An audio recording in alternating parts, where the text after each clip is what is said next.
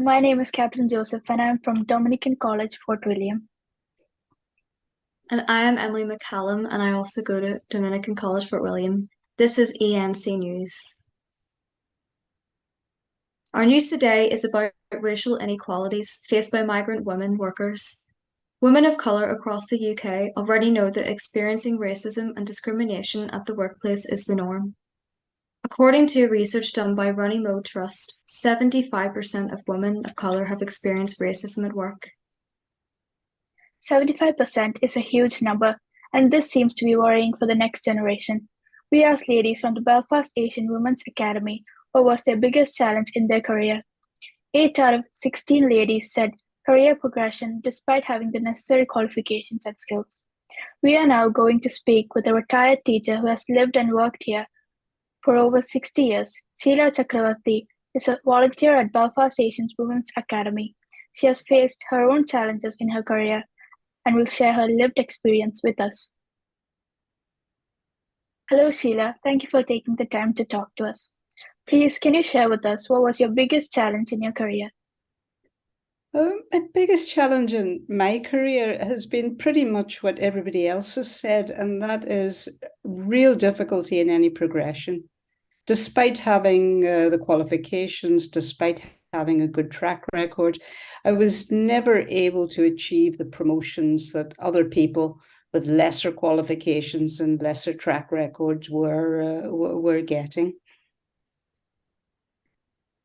One of the reasons why I'm keen to talk about this too is that my experience was from a while ago, but I'm finding that it's still the experience of young women, of young professional women, and I think it's an important subject that needs raised. My next question is, what is your advice for the next generation like myself? The important thing, I think, is if you talk to people like me who are prepared to take you through the stages of this one by one, my hope is that my advice will prevent you falling into the sort of traps that I fell into, right?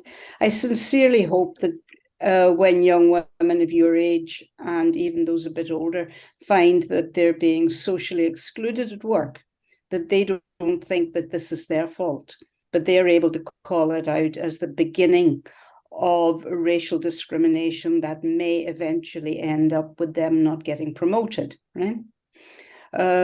I think also that this is something that we need to be bringing public awareness to. There are a lot of people out there that are our friends. There are people who will speak with us, not only with us, but for us.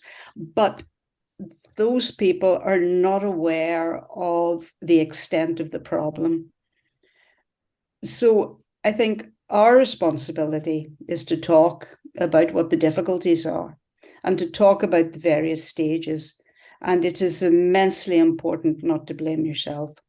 Once you have when I'm talking to people, that's the thing I find the hardest, because everybody starts off thinking it's their fault. They have to do this, they need to do more.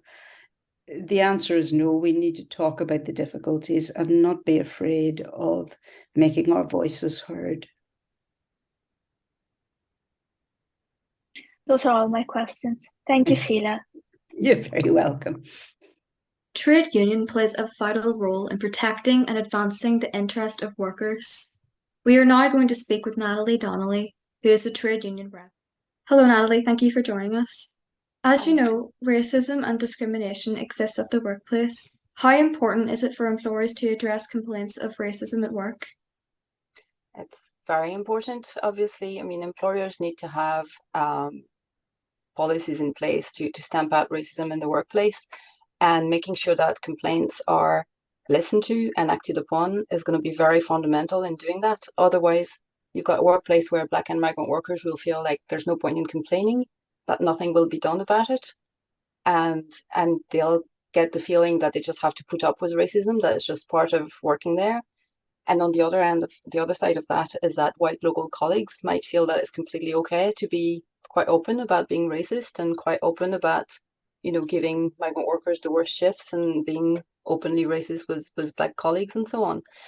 So to be able to stamp that out, you have to make sure that you've got a good complaint mechanism, that people feel safe to make a complaint, and that something is done about it, and that there is zero tolerance policy against racism in the workplace. What is your advice for women workers who are not a member of trade union? You can't join a union, you can. So yes, I would advise them to join. And also, let's face it, I mean, a lot of women still face a lot of extra disadvantages. So all the more reason to be part of a movement that is there to support you. So join. Thank you, Natalie. You're welcome. The current challenges faced by migrant women workers are real and serious. We know a lot of work is being carried by many organisations to tackle this issue.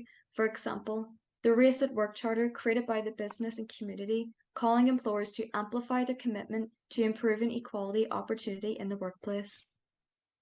We are hopeful in the near future to see skillful and talented migrant women workers given opportunities to be in senior management roles and above. I am Catherine Joseph.